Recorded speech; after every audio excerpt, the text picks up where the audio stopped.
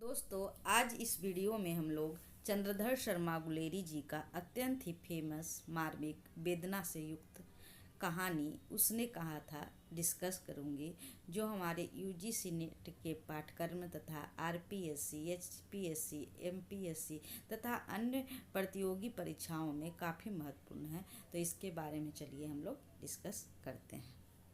उसने कहा था कहानी का प्रकाशन वर्ष 1915 ईस्वी है। कब का है यह प्रकाशन वर्ष? 1915 ईस्वी का। और जो इसके लेखक हैं चंद्रधर शर्मा गुलेरी। कौन है? चंद्रधर शर्मा गुलेरी। चंद्रधर शर्मा गुलेरी जी के बारे में कुछ महत्वपूर्ण बातें जो हम लोगों को पता होना चाहिए कि वे प्रेमचंद पूर्व युग के विशिष्ट कहानीकार हैं। कहानी की साहित्य की एक सशक्त एवं सफल विद्या के रूप में प्रतिष्ठित करने में इनका जो योगदान है काफ़ी आधारभूत योगदान है। गुलेरी जी के विषय में यह बात महत्वपूर्ण है कि गुलेरी जी ने कुछ ही कहानियाँ लिखी। कौन कौन से कहानियाँ लिखे थे? सुखमय जीवन, बुद्धू का कांटा और उसने कहा था। लेकिन इसमें जो उसने कहा था कहानी है प्रेमचंद पूर्व हिंदी की चरम उपलब्धि कहानी। इस कहानी का विषय वस्तु यह है कि इसमें जो कहानी के केंद्रीय पात्र है लहना सिंह, इसके माध्यम से लेखक ने प्रेम, कर्तव्य और आत्म बलिदान का बहुत ही मार्मिक चित्रण प्रस्तुत किए हैं। इस कहानी में लहना सिंह अपने बचपन की प्रेमिका के कहने पर उसके पति की रक्षा करते करते युद्ध भूमि पर अपने प्राणों का बलिदान कर देता है। और इसमें जो ये कहानी है इसीलिए विशिष्ट है क्योंकि सर्वप्रथम इसी में आधुनिक हिंदी कहानी का प्रखर रूप दिखाई देता है। इसमें गुलेरी जी की जो शैली है वर्णन करने का, वह वार्तालाप की शैली है, जिसमें खिस्सा बयानी के लहजे में मानो सीधे पाठक से मुखातिब होते हैं, सीधे पाठक से बात करने लगते हैं, ऐसा लगता है इस कहानी में। चलिए शुरू करते हैं आज के सत्र को इस उसने कहा था कहानी के मूल पाठ से। बड़े बड़े शहरों के इक्के गाड़ी वालों की जवान के कोड़ों से जिनकी पीठ छिल गई है और कान पक गए हैं, उनसे हमारी प्रार्थना है कि अमृतसर के बम्बू घाट वालों की बोली का मरहम लगावे।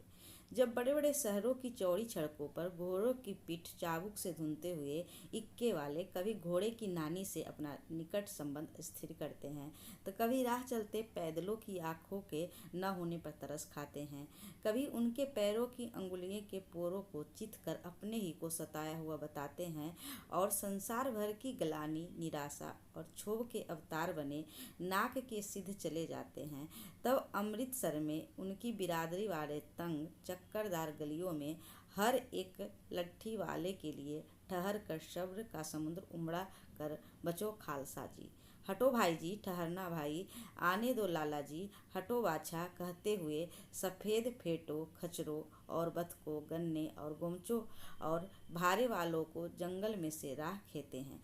क्या मजाल है जी किस और साहब बिना सुने किसी को हटाना पड़े। यह बात नहीं कि उनकी जीव चलती नहीं, पर मीठी छुरी की तरह महीन तार करती हुई। यदि कोई बुढ़िया बार बार चेतावनी देने पर भी लिक से नहीं हटती, तो उनकी वचनावली से ये नमूने होते: हट जा जीने जोगिए, हट जा कमर वालिए, हट जा पुत्र प्यारिए, बच जा लंबी वालिए। अर्थ ये हुआ, यह जो पंजाबी भाषा में बोला गया है, इसका अर्थ यह हुआ कि तू जीने योग्य है, तू भाग्यों वाली है, पुत्रों की प्यारी है, लंबी उम्र तेरे सामने है, तू क्यों मेरे पहिए के नीचे आना चाहती है, बच जा। ऐसे बम्बू काट वालों के बीच में होकर एक लड़का और एक लड़की चौक की दुकान पर आ मिले। उनके बाले और उनके ढीले सुतने से जान पड़ता था कि दोनों सिख हैं। लड़का और लड़की के जो पहनावा था उससे साफ साफ पता चलता था कि दोनों सिख समुदाय के हैं। वह अपने मामा के केस धोने के लिए दही लेने आया था। कौन लेके आया था? वह जो लड़का था वो अपने मामा को बाल धोने के लिए क्या लाया था? दही लाया था। और जो लड़की थी वह रसोई के लिए बड़ियाँ लेने आई थी। दुकानदार एक परदेसी से गुथ रहा था जो शेर भर गीले पापड़ों की गड्डी को गिने बिना हटता न था। जो दुकानदार था वह परदेसी को समझा रहा था, लेकिन जो परदेसी था वह जो पापड़ था उसको गिने बिना हट नहीं रहा था। इसी बीच लड़का कहता है कि तेरा घर कहाँ है? तो लड़की क्या कहती है? मगरे में। और तेरे? तो लड़का कहता है माझे में। यह प्रश्न आ सकता है कि किसका घर मगरे में है और किसका घर माझे में है। तो लड़की का जो घर है वह मगरे में है और लड़का का घर जो है वह माझे में है। तब फिर लड़का पूछता है यहाँ कहाँ रहती है? तो वो लड़की जवाब देती है अत्तर सिंह के बैठक में, वे मेरे मामा होते हैं। तब लड़का भी कहता है कि मैं भी यहाँ मामा के यहाँ आया हूँ, उनका घर जो है वह गुरु बाजार में है। और इसी से वह दोनों देखते रह जाते हैं। दूसरे तीसरे दिन सब्जी वाले के यहाँ, दूध वाले के यहाँ दोनों अकस्मात मिल जाते हैं। महीना भर यही हाल रहता है। 2-3 बार लड़के ने फिर पूछा तेरी कुरमाई हो गई है। कुरमाई का कभी कभी एग्जाम में आ जाता है कि कुरमाई का क्या अर्थ होता है, यानी तुम्हारी सगाई हो गई है। क्योंकि उस समय परिस्थितियाँ ऐसी थी कि कम ही उम्र में शादी अक्सर हो जाती थी। इसीलिए उत्तर में वो लड़की कहती है धत। एक दिन जब फिर लड़के ने वैसे ही हंसी में चिढ़ाने के लिए पूछा तो लड़की लड़के की संभावना के विरुद्ध बोली हाँ हो गई है। कब? कल। देखते नहीं यह रेशम से कढ़ा हुआ सालू। लड़की भाग गई। लड़के ने घर की राह ली। रास्ते में एक लड़के को मोढ़ी में ढकेल दिया, एक छावड़ी वाले की दिन भर की कमाई खोई, एक कुत्ते पर पत्थर मारा और एक गोभी वाले के ठेले पर दूध उड़ेल दिया। सामने नहाकर आती हुई किसी वैष्णवी से टकराकर अंधे की उपाधि पाई, तब कहीं घर पहुंचा। जो पंक्तियां हैं काफ़ी महत्वपूर्ण है, जो एग्जाम में आ जाते हैं कि यह जो लाइन है किस कहानी से लिया गया है, इसीलिए यहाँ पे मैं 2 स्टार लगा देती हूँ। कल देखते नहीं यह रेशम का कढ़ा हुआ सालू, और वो कि तेरी कुड़माई हो गई, किसने पूछा? लड़के ने। और ये सब जो टकरा जाती है, कौन कौन टकराती है? एक लड़के को मोड़ी में ढकेल दिया, एक छावड़ी वाले की दिन भर की कमाई खोई, एक कुत्ते पर पत्थर मारा, गोभी वाले के ठेले में दूध उड़ेल दिया और सामने नहा कर आती हुई किसी वैष्णवी से टकराकर अंधे की उपाधि पाई। ये जो लाइन है काफ़ी महत्वपूर्ण है कहानी का। क्योंकि यह जो कहानी है फ्लैशबैक शैली में लिखी गई है और वो जो लड़का था वह लहना सिंह रहता है, और उसी का जो यह कहानी है आगे जो आता है, जो उसकी जो यह बचपन की स्मृतियाँ जो उसके सामने आती है, उसी पर यह कहानी का अगला भाग केंद्रित है। राम राम, यह भी कोई लड़ाई है। क्योंकि ये जो लड़ाई हो रही है 1915 की लिखी कहानी है और 1914 में जो प्रथम विश्व युद्ध स्टार्ट हुआ था उसी समय की यह कहानी है। राम राम, यह भी कोई लड़ाई है। दिन रात खंदकों में बैठे हड्डियाँ अकड़ गई, लुधियाना से 10 गुना जाड़ा और ऊपर से बर्फ पिंडलियों तक में धंसे हुए हैं। जमीन कहीं दिखती नहीं। घंटे 2 घंटे में कान के पर्दे फाड़ने वाले धमाके के साथ सारी खंडक हिल जाती है और 100-100 गज धरती उछल पड़ती है। इस गैबी गोले से बचे तो कोई लड़े। नगर कोट का जलजला सुना था। यहाँ दिन में 25 जलजले होते। जो कहीं खंडक से बाहर साफा या कोहनी निकल गई तो चटाक से गोली लग जाती है। न मालूम बेईमान मिट्टी में लदे हुए हैं या घास की पत्तियों में छिपे रहते हैं। तब वहाँ के जो सूबेदार था वह कहता है लहना सिंह और 3 दिन है, 4 तो खंदक में ही बिता दिए, परसों रिलीफ आ जाएगी और फिर 7 दिन की छुट्टी। अपने हाथों झटका करेंगे और पेट भर खाकर सो रहेंगे। उस फिरंगी मैम के बाग में मखमल का सा हरा घास है और फल दूध की वर्षा कर देती है। लाख कहते हैं दाम नहीं लेती। कहती है तुम राजा हो, मेरे मुल्क को बचाने आए हो। 4 दिन तक एक पलक नींद नहीं मिली। बिना फेरे घोड़े बिगड़ता है और बिना लड़े सिपाही। मुझे तो संगीन चढ़ाकर मार्च का हुक्म मिल जाए तो फिर 7 जर्मनों को मैं अकेला मार कर लौटूं, तो मुझे दरबार साहब की देहली पर मत्था टेकना नसीब न हो। पाजी कहीं के कलों के घोड़े संगीन देखते ही मुंह फाड़ देते हैं और पैर पकड़ लेते हैं। 30-30 मन का गोला फेंकते हैं। और उस दिन जब धावा किया था तो 4 मील तक एक जर्मन को मैंने नहीं छोड़ा था।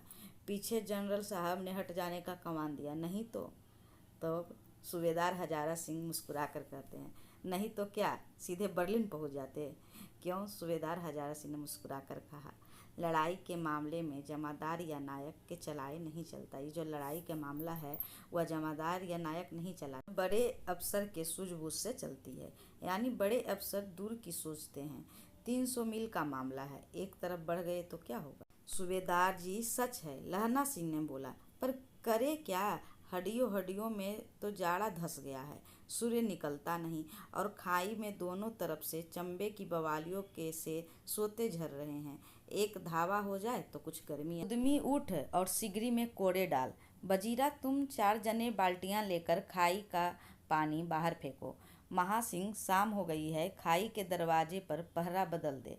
यह कहते हुए सूबेदार सारी खंदक में चक्कर लगाने लगे। यह जो आदेश है किसने दिया है? सूबेदार हजारा सिंह ने। और यह जो लाइन है काफ़ी महत्वपूर्ण है, इसमें भी 2 स्टार लगा देती हूँ। बजीरा सिंह पलटन का विदूषक था। यह भी प्रश्न काफ़ी महत्वपूर्ण है। बजीरा सिंह कौन था? पलटन का विदूषक था। बाल्टी में गंदला पानी भरकर खाई के बाहर फेंकता हुआ बोला, मैं पाधा बन गया हूँ, करो जर्मनी के बादशाह का तर्पण। यह जो लाइन है वो काफ़ी महत्वपूर्ण है, पूछ लिया जाएगा कि मैं पाधा बन गया हूँ और करो जर्मनी के बादशाह का तर्पण। किसका लाइन है? बजीरा सिंह का। इस पर सब खिलखिला पड़े और उदासी के जो बादल थे वह फट गए। लहना सिंह ने दूसरी बाल्टी भरकर उसके हाथ में देकर कहा, अपनी बाड़ी के खरबूजों में पानी दे दो, ऐसा खाद का पानी पंजाब भर में कहीं नहीं मिलेगा। यह जो लाइन है यह किसका है? लहना सिंह का है। अपनी बाड़ी के खरबूजों में पानी दे दो, ऐसा खाद का पानी पंजाब में नहीं मिलेगा। गौरतलब है कि यह जो कहानी है प्रथम विश्व युद्ध के समय की कहानी है और जो ये सब लहना सिंह, सूबेदार, बजीरा सिंह सभी जो सिपाही हैं जो दूसरे देश गए हुए हैं लड़ाई करने के लिए, उसी समय का यह कहानी है। तो फिर कहता है ये जो वार्तालाप है किसके किसके बीच हो रहा है? लहना सिंह और बजीरा सिंह के बीच में। हाँ, देश क्या है? स्वर्ग है। मैं तो लड़ाई के बाद सरकार से 10 गुमा जमीन यहाँ मांग लूँगा और फलों के बूटे लगाऊँगा। लारी होरा को भी यहाँ बुला लोगे? या वही दूध पिलाने वाली फिरंगी मैम? चुप कर, यहाँ वालों को शर्म नहीं है। देश देश की चाल है। आज तक मैं उसे समझा ना सका कि सिख तंबाकू नहीं पीते। वह सिगरेट देने में हट करती है, होठों में लगाना चाहती है और पीछे हटता हूँ तो समझती है कि राजा बुरा मान गया, अब मेरे मुल्क के लिए लड़ेगा नहीं। इसी बीच बजीरा सिंह कहता है कि अच्छा बता, अब बोधा सिंह कैसा है? तब लहना सिंह कहता है कि अच्छा है।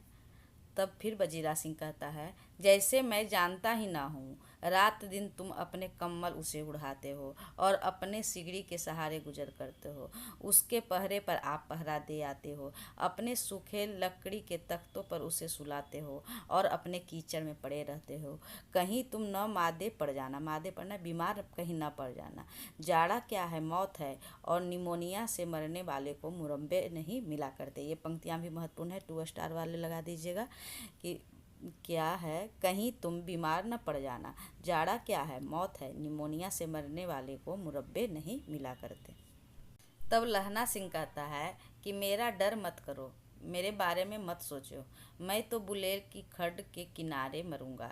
भाई कीरत सिंह की गोदी पर मेरा सिर होगा। जो लहना सिंह का भाई है उसका क्या नाम है? भाई कीरत सिंह।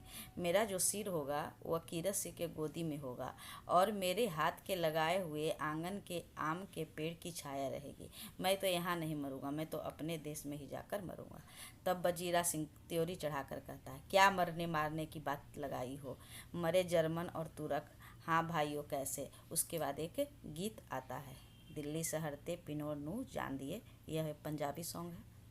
तीसरा भाग का प्रसंग है कि जो सूबेदार हजारा सिंह और सूबेदारनी रहती है, यह सूबेदारनी वही है जो उसके बचपन में जिसको वह चिढ़ाया करता था, तेरी कुड़माई हो गई, और उसी का जो बेटा है बोधा सिंह है, और उसी के रक्षा करने के लिए वह अपने जान का फिक्र न करके बोधा सिंह के जान को बचाने के लिए हमेशा तत्पर रहता है। कौन? लहना सिंह। और लहना सिंह कौन है? वही लड़का जो पूछता था कि तेरी कुड़माई हो गई।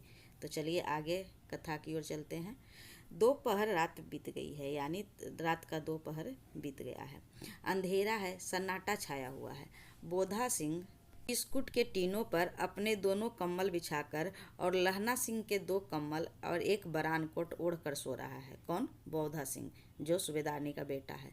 लहना सिंह पहरे पर खड़ा हुआ है, एक आँख खाई के मुंह पर और एक बोधा सिंह के दुबले शरीर पर। बोधा सिंह कराहता है। तब लहना सिंह का पूछता है, क्यों बोधा भाई, क्या है? तब बोधा सिंह कहता है, पानी पिला दो। लहना सिंह ने कटोरा उसके मुंह से लगाकर पूछा। अब बताओ कैसे हो? पानी पीकर बोधा बोला। कंपनी छूट रही है, रोम रोम में तार दौड़ रहे हैं, दांत बज रहे हैं। यानी उसको ठंडा लग रहा था, किसको? बोधा सिंह को, क्योंकि लगता है बुखार चढ़ रहा था। तब लहना सिंह कहता है कि अच्छा मेरी जर्सी पहन लो। तब बोधा सिंह कहता है और तुम क्या पहनोगे? लहना सिंह जवाब देता है कि मेरे पास सिगड़ी है और मुझे गर्मी लगती है, पसीना आ रहा है। ना, मैं नहीं पहनता। 4 दिन से तुम मेरे लिए, यानी बोधा सिंह को एहसास हो रहा है कि यह मेरे लिए 4 दिन से कितना सेवा कर रहा है। तब लहना सिंह कहता है अच्छा याद आ गई, मेरे पास दूसरी गर्म जर्सी है, आज सवेरे ही आई है, विलायत से बुन बुन कर भेज रही है मैं गुरु उनका भला करे। यो कहकर लहना अपना कोट उतार कर जर्सी उतारने लगा। तब बोधा सिंह कहता है सच कहते हो और नहीं तो झूठ? यो कहकर ना ही करते करते बोधा सिंह को जबरदस्ती जर्सी पहना दी और आप खाकी कोट और जीन का कुर्ता पहनकर पहरे में आ खड़ा हुआ। मेम की जर्सी की कथा तो केवल कथा ही थी, यानी वो झूठ बोला था कि मेम हमको जर्सी दी है। आधा घंटा बीता, इतने में खाई के मुंह से आवाज आई, सूबेदार हजारा सिंह। कौन? लपटन साहब। हुक्म हुजूर, कहकर सूबेदार तनकर फौजी सलाम करते हुए सामने हुआ। इसी दम यानी इसी समय धावा करना होगा। मील भर की दूरी पर पूरब के कोनों में एक जर्मन खाई है, उसमें 50 से ज़्यादा जर्मन नहीं है। इन पेड़ों के नीचे नीचे 2 खेत काट कर रास्ता है, 3-4 बार घुमाव है, जहाँ मोड़ है वहाँ 15 जवान खड़े कर आया हूँ। तुम यहाँ 10 आदमी छोड़कर सबको साथ ले उनसे जा मिलो। खंदक छीन कर वही, जब तक दूसरा हुक्म न मिले डटे रहो, हम यहाँ रहेगा। सूबेदार हजारा सिंह कहते हैं जो हुकुम। चुपचाप सब तैयार हो गए। बोधा भी कमल उतार कर चलने लगा। जो सूबेदार का बेटा बोधा था वो भी चलने लगा। उसको भी तुरंत ही फीवर था, तब भी वह, जब सैनिक को मिला ऑर्डर तो वह भी चलने लगा। तब लहना सिंह ने उसे रोका। लहना सिंह आगे हुआ तो बोधा के बाप सूबेदार ने उंगली से बोधा की ओर इशारा किया। लहना सिंह समझकर चुप हो गया और पीछे 10 आदमी कौन रहे इस पर बड़ी हुज्जत हुई। कोई रहना ना चाहा। समझा बुझाकर सूबेदार ने मार्च किया। कैप्टन साहब लहना की सिगड़ी के पास मुंह फेर कर खड़े हो गए और जेब से सिगरेट निकालकर सुलगाने लगे। 10 मिनट बाद उन्होंने लहना की ओर हाथ बढ़ाकर कहा, लो तुम भी पियो। आँख मारते मारते लहना सिंह सब समझ गया। मुंह का बहाव छिपाकर बोला, लाओ साहब। हाथ आगे करते ही उसने सिगड़ी के उजाले में साहब का मुंह देखा, बाल देखे, तब उसका माथा ठनका। जो कोई दुश्मन था वह रुख बदल के आया था। लपटन साहब के पट्टियों वाले बाल एक दिन में कहाँ उड़ गए और उनकी जगह कैदियों से कटे बाल कहाँ से आ गए? शायद साहब शराब पिए हुए हैं और उन्हें बाल कटवाने का मौका मिल गया। लहना सिंह ने जांचना चाहा। लपटन साहब 5 वर्ष से उसकी रेजिमेंट में ही थे। क्यों साहब, हम लोग हिंदुस्तान कब जाएंगे? वह बहुरूपिया था। वह कहता है, लड़ाई खत्म होने पर। क्यों, यह देश पसंद नहीं है? तब लहना सिंह कहता है, नहीं साहब, शिकार के वे मज़े यहाँ कहाँ। याद है पर साल नकली लड़ाई के पीछे हम आप जगाधरी ज़िले में शिकार करने गए थे। यह जो ज़िला का नाम आया है काफ़ी महत्वपूर्ण है, जगाधारी जिला, इसमें 2 स्टार लगा लीजिए। बहुरूपिया कहता है, हाँ हाँ हाँ हाँ। लहना सिंह उसे और परखता है और कहता है, एक गोली कंधे में लगी और पुट्ठे में निकली। ऐसे अफसर के हाथ शिकार खेलने में मज़ा है। क्यों साहब, शिमले से तैयार होकर उस नीलगाय का सिर आ गया था ना? आपने कहा था कि रेजिमेंट की मैस में लगाएंगे। हाँ, पर मैंने वह विलायत भेज दिया। ऐसे बड़े बड़े सिंह 2-2 फुट के तो होते ही होंगे। तब कहता है वो, हाँ लहना सिंह, 2 फुट 4 इंच के थे। तुमने सिगरेट पिया? पीता हूँ साहब, दिया सलाई लेकर आता हूँ, कहकर लहना सिंह खंदक में घुसा। अब उसे संदेह नहीं रहा था। उसने झटपट निश्चय कर लिया था कि क्या करना चाहिए। अंधेरे में किसी सोने वाले से वह टकराया। कौन है? वजीरा सिंह। हाँ। क्यों लहना, क्या कयामत आ गई? जरा तो अभी आँख लगा था। तब लहना सिंह कहता है, होश में आओ, कयामत आई है और लपटन साहब की वर्दी पहन कर आई है। क्या? लेफ्टिनेंट साहब या तो मारे गए हैं या कैद हो गए हैं। उनकी वर्दी पहनकर यह कोई जर्मन आया है। सूबेदार ने इसका मुंह नहीं देखा, मैंने देखा और बातें की है। सोहरा साफ उर्दू बोलता है, पर किताबी उर्दू, और मुझे पीने को सिगरेट दिया। वजीरा सिंह कहता है, तो अब मारे गए, धोखा है। सूबेदार होड़ा कीचड़ में चक्कर लगा काटते फिरेंगे और यहाँ खाई पर धावा होगा। उठो, एक काम करो, पलटन के पैरों के निशान देखते देखते दौड़ जाओ, अभी बहुत दूर न गए होंगे। सूबेदार से कहो कि एकदम लौट आए। खंदक की बात झूठ है, चले जाओ, खंदक के पीछे से निकल जाओ, पत्ता तक न खड़के, देर मत करो। तब वजीरा सिंह कहता है, हुक्म तो यह है कि यहीं रहना है ना। तब लहना सिंह कहता है, ऐसी तैसी हुक्म की, मेरा हुक्म जमादार लहना सिंह का हुक्म है, जो इस वक्त सबसे बड़ा अफसर है, उसका हुक्म है। मैं लेफ्टिनेंट साहब की खबर लेता हूँ। पर यहाँ तो तुम 8 ही हो ना। 8 नहीं 10 लाख, एक एक अकालिया सिख 1.25 लाख के बराबर होता है। चले जाओ। लौटकर खाई के मुहाने पर लहना सिंह दीवार से चिपक गया। उसने देखा कि लेफ्टिनेंट साहब ने जेब से बेल के बराबर 3 गोले निकाले, तीनों को जगह जगह खंदक की दीवारों में घुसेड़ दिया और तीनों में एक तार सा बांध दिया। तार के आगे सूत की एक गुत्थी थी, जिसे सिकड़ी के पास रखा। बाहर की तरफ जाकर एक दिया सिलाई जलाकर गुत्थी पर रखने। इतने में वह बिजली की तरह दोनों हाथों से उल्टी बंदूक को उठा लिया और लहना सिंह ने साहब की कुहनी पर तान कर दे मारा। धमाके के साथ साहब के हाथ से दिया सलाई गिर पड़ी। लहना सिंह ने एक कुंदा साहब के गर्दन पर दे मारा और साहब आँख मीन गौत कहते हुए चित हो गए, यानी नीचे गिर गए। लहना सिंह ने 3 गोले बीन कर खंदक के बाहर फेंके और साहब को घसीटकर सिगड़ी के पास लिटाया। जेबों की तलाशी ली, 3-4 लिफाफे और एक डायरी निकालकर उन्हें अपनी जेब के हवाले किया। जब साहब की मूर्छा हटी तब लहना सिंह हंसकर कहता है, क्यों लेफ्टिनेंट साहब, मिजाज कैसा है? आज मैंने बहुत बातें सीखी। यह सीखा कि सिख सिगरेट पीते हैं, यह सीखा कि जगाधरी के ज़िले में नीलगाय होती है और उसके 2 फुट 4 इंच के सींग होते हैं, और यह सीखा कि मुसलमान खानसाबा मूर्तियों पर जल चढ़ाते हैं, लेफ्टिनेंट साहब खोते पर चढ़ते हैं। और यह तो कहो, ऐसी साफ उर्दू कहाँ से सिखाए? हमारे लेफ्टिनेंट साहब तो बिन डेम के 5 लफ्ज भी नहीं बोला करते थे।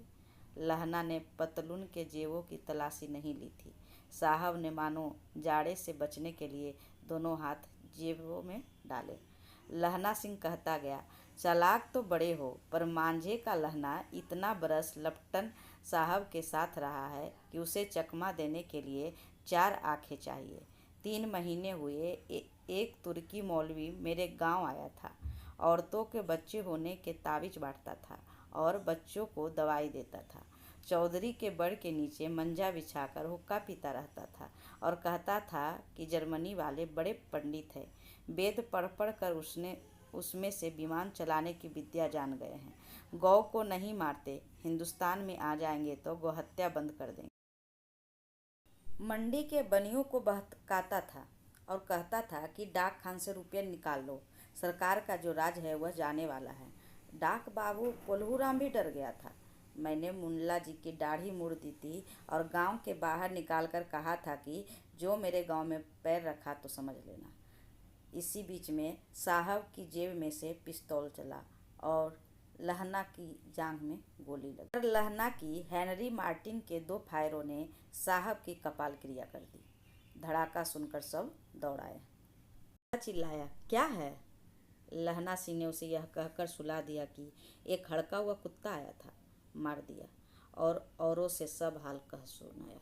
सब बंदूकें लेकर तैयार हो गए। लहना ने साफा फाड़कर घाव के दोनों तरफ पट्टियां कसकर बांधी। घाव मांस में ही था, पट्टियों के कसने से लहू निकलना बंद हो गया। इतने में 70 जनमन चिल्लाकर खाई में घुस पड़े। सिखों की बंदूकों की बाढ़ ने पहले धावे को रोका और फिर दूसरे को रोका, और वे 70, यहाँ 8 थे, यहाँ जो थे भारतीयों कितने थे? 8 थे, और वो लोग 70 थे। अपने मुर्दा भाइयों के शरीर पर चढ़कर जर्मन आगे घुसे आते थे और थोड़े से मिनटों में वे अचानक आवाज़ आई, वाह गुरुजी की फतह, वाह गुरुजी की खालसा, और धड़ाधड़ बंदूकों की फायर जर्मनों के पीठ पर पड़ने लगे। ऐन मौके पर जर्मन दो चक्की के पाटों के बीच में आ गए। पीछे से सूबेदार हजारा सिंह के जवान आग बरसाते थे और सामने लहना सिंह के साथियों के संगीन चल रहे थे। पास आने पर पीछे वालों ने भी संगीन पिरोना शुरू। एक किलकारी और अकाल सिक्खा दी फौज आई, वाह गुरुजी की फतह, वाह गुरुजी दा खालसा, सत श्री अकाल पुरुष, और लड़ाई खत्म हो गई। 63 जर्मन या तो खेत रहे थे या तो कड़ा रहे थे, यानी वे लोग हार गए थे। सिखों में 15 के प्राण गए। कितने लोग का प्राण गए थे? सिख में 15 लोग का, और जो जर्मन थे वो कितना थे? 63 थे। सूबेदार के दाहिने कंधे में से गोली आर पार निकल गई। लहना सिंह की पसली में एक गोली लगी। उसने घाव को खंदक की गीली मिट्टी से पुर लिया और बाकी का साफा कसकर कमरबंद की तरह लपेट लिया या बांध लिया। किसी को खबर न हुई कि लहना को दूसरा घाव, भारी घाव लगा है। लड़ाई के समय चांद निकल आया था, ऐसा चांद जिसके प्रकाश से संस्कृत कवियों का दिया हुआ छई नामक सार्थक होता है। हवा ऐसी चल रही थी जैसी बानवट की भाषा में दंत विनोपदेशाचार्य कहलाती। वजीरा सिंह कह रहा था कि कैसे मन भर फ्रांस की भूमि मेरे बूटों से चिपक रही थी जब मैं दौड़ा दौड़ा सूबेदार के पीछे गया था। सूबेदार लहना सिंह से सारा हाल सुन और कागजात पाकर वे उसकी तुरंत बुद्धि को सराह रहे थे और कह रहे थे कि तू न होता तो आज सब के सब मारे जाते। कौन कह रहा था? सूबेदार हजारा सिंह। इस लड़ाई की आवाज़ 3 मील दाहिनी ओर की खाई वालों ने सुन ली थी और उन्होंने पीछे टेलीफोन कर दिया था। वहां से झटपट 2 डॉक्टर और 2 बीमार ढोने वाली गाड़ियां चली, जो कोई 1.5 घंटे के अंदर अंदर आ पहुंची। फील्ड अस्पताल नज़दीक था, सुबह होते होते वहां पहुंच जाएंगे, इसीलिए मामूली पट्टी बांधकर एक गाड़ी में घायल लिटाए गए और दूसरे में लाशें रखी गई। सूबेदार ने लहना सिंह की जांघ में पट्टी बंधवानी चाहिए, पर उसने यह कहकर टाल दिया कि थोड़ा घाव है, सवेरे देखा जाएगा। बोधा सिंह ज्वर से बरबरा रहा था। वह गाड़ी में लिटाया गया और लहना सिंह को छोड़कर सूबेदार जाते नहीं थे। यह देख लहना सिंह ने कहा, तुम्हें बोधा की कसम है और सूबेदारनी जी की सौगंध है जो इस गाड़ी में न चले जाओ। और तुम? सूबेदार हजारा सिंह कहते हैं, मेरे लिए वहां पहुंचकर गाड़ी भेज देना, और जनबन मुर्दों के लिए भी तो गाड़ियां आती होगी। मेरा हाल बुरा नहीं है, देखते नहीं मैं खड़ा हूँ, वजीरा सिंह मेरे पास है ही। अच्छा, पर? लहना सिंह कहता है, बोधा गाड़ी पर लेट गया, भला आप भी चढ़ जाओ। और सुनो, सूबेदारनी होरा को चिट्ठी लिखो तो मेरा मत्था टेकना और लिख देना, और जब घर जाओ तो कह देना कि मुझसे जो उसने कहा था वह मैंने कर दिया। गाड़ियां चल पड़ी थी। सूबेदार ने चढ़ते चढ़ते लहना का हाथ पकड़कर कहा, तैने मेरे और बोधा के प्राण बचाए हैं, लिखना कैसा? साथ ही घर चलेंगे। अपनी सूबेदारनी को तू ही कह देना कि उसने क्या कहा था। अब आप गाड़ी पर चढ़ जाओ, मैंने जो कहा वह लिख देना और कह भी देना। गाड़ी चली जाती है। गाड़ी के जाते लहना लेट गया और वजीरा सिंह से कहता है, वजीरा पानी पिला दे और मेरा कमरबंद खोल दे, तर हो रहा है। 5 इसमें लहना सिंह की मृत्यु हो जाती है, उसी का प्रसंग है। मृत्यु के कुछ समय पहले स्मृति बहुत साफ हो जाती है। जन्म भर की घटनाएं एक एक करके सामने आती है। सारे दृश्यों के रंग साफ होते हैं, समय की धुंध बिल्कुल उन पर से हट जाती है। लहना सिंह 12 बरस का था। यह क्वेश्चन आ सकता है, लहना सिंह कितने साल का था? 12 बरस का था। अमृतसर में मामा के यहाँ आया हुआ था। दही वाले के यहाँ, सब्जी वाले के यहाँ, हर कहीं उसे एक 8 वर्ष की लड़की मिल जाती थी, और वो जो सूबेदारनी है वही 8 वर्ष की लड़की थी। और जब वह पूछता कि तेरी कुड़माई हो गई, तब धत कहकर वह भाग जाती। एक दिन उसने वैसे ही पूछा तो उसने कहा, हाँ कल हो गई। देखते नहीं यह रेशम के फूलों वाला सालू? सुनते ही लहना सिंह को दुख हुआ, क्रोध हुआ। क्यों हुआ पता नहीं। वजीरा सिंह, पानी पिला दो। घाव की टकराहट से मूर्छा खुली, करवट बदली, पसली का घाव बह निकला। वजीरा, पानी पिला, उसने कहा था। स्वप्न चल रहा है, सूबेदारनी कह रही है, मैंने तेरे को आते ही पहचान लिया। एक काम कहती हूँ, मेरे तो भाग फूट गए। सरकार ने बहादुरी का खिताब दिया है, लायलपुर में ज़मीन दी है। सूबेदारनी कहाँ कह रही है? लायलपुर में ज़मीन दी है।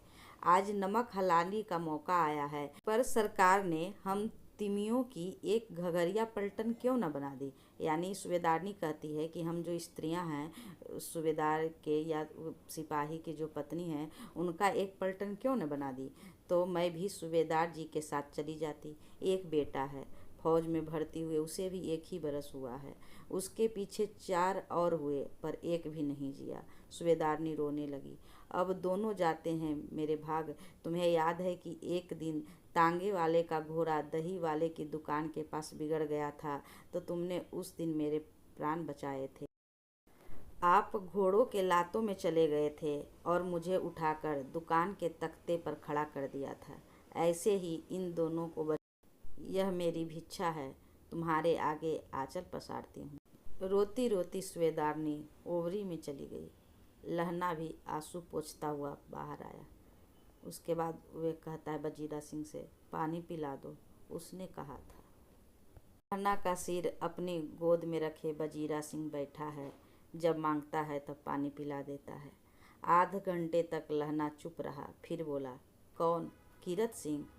बजीरा ने कुछ समझकर कहा, हाँ। भैया मुझे और ऊंचा कर ले, अपने पट पर मेरा सिर रख ले। बजीरा ने वैसा ही किया। हाँ अब ठीक है, पानी पिला दे। बस अब के हाड़ में यह आम खूब फलेगा। चचा भतीजा दोनों यहीं बैठकर आम खाना। जितना बड़ा तेरा भतीजा है उतना ही यह आम है। जिस महीने में उसका जन्म हुआ था उसी महीने में मैंने इसे लगाया था। बजीरा सिंह के आंसू टप टप टपक रहे थे। कुछ दिन पीछे लोगों ने अखबार में पढ़ा, फ्रांस बेल्जियम 68वीं सूची, मैदान में घावों से मरा, नंबर 77 सिख राइफल, जमादार लहना सिंह। प्रकार यह कहानी अत्यंत ही मार्मिक कहानी है। इस कहानी में केंद्रीय पात्र लहना सिंह के माध्यम से प्रेम, कर्तव्य और आत्म बलिदान के पारस्परिक संघर्ष का मर्मस्पर्शी चित्रण किया गया है। यह नेट जेआरएफ के जो सिलेबस लगा हुआ है उसमें फेवरेट कहानियों में से एक है। इससे अक्सर क्वेश्चन बन ही जाते हैं, कभी कभी लायलपुर के बारे में और कभी बजीरा सिंह के बारे में। बजीरा सिंह कौन था? एक एग्जाम में तो लहना सिंह की जो बचपन की आयु था 12 बरस और लड़की का उम्र 8 बरस, इसके बारे में भी क्वेश्चन बन गया था। इसीलिए यह जो कहानी है अत्यंत महत्वपूर्ण है सिलेबस के अनुसार भी। Thank you for watching.